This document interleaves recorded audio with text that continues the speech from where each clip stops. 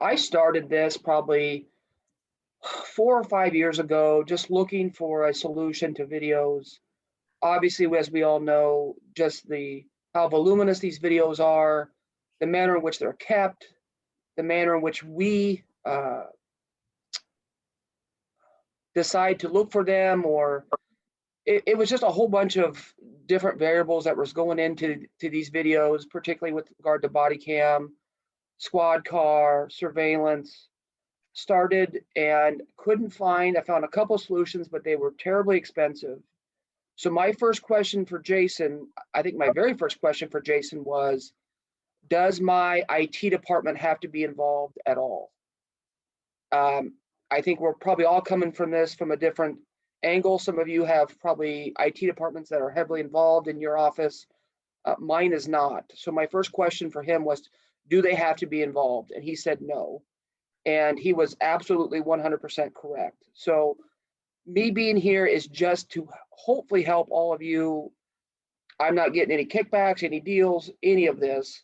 But I don't want you to have to recreate the wheel and look for different options. So we rolled this out slowly but surely in January. We've been going strong since January. Jason came down, did an on-site visit, I believe late February, early March. We have all of our larger police departments involved right now. I think Jason will talk about it, but for some of the rural counties, there is an evidence anywhere feature that we have not utilized yet, but essentially that can save you some trips, or your deputies some trips to different locations. We're still waiting to utilize that function. And eventually we want to get our smaller departments involved as well. I don't know how keen some of the state agencies will be. We've already got some pushback, but we're still working on that.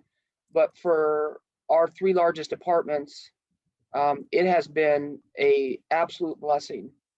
The best example I can give is I just had a bigger case a month or two ago with a lot of video, and we did witness prep, and all I did was take my computer. And I met with each of the officers individually, played the videos that we were going to use. Just this weekend, there was, of course, an emergency with photographs. I ordered photographs from my phone.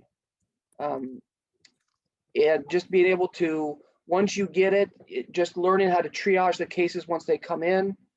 It has been, since March, since Jason's on-site visit, it's been an absolute blessing.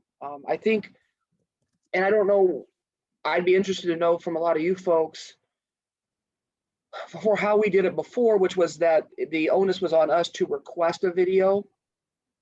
And I didn't always trust all my attorneys to do that necessarily. Now that video is just there. There's no specifically requesting this one or that one.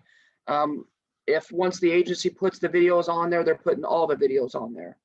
And most, if not all, videos can be previewed within the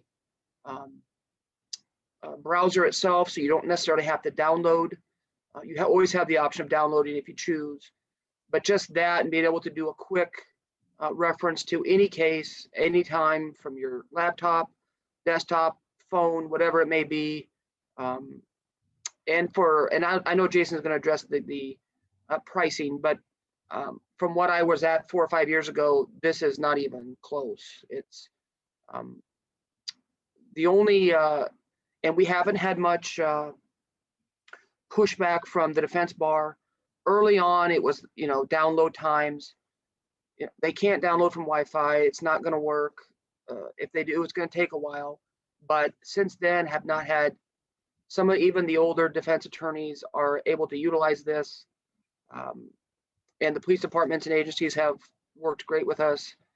There literally have been no complaints whatsoever. So after Jason kind of goes through his tutorial, I'll be happy to answer any specific questions that you have.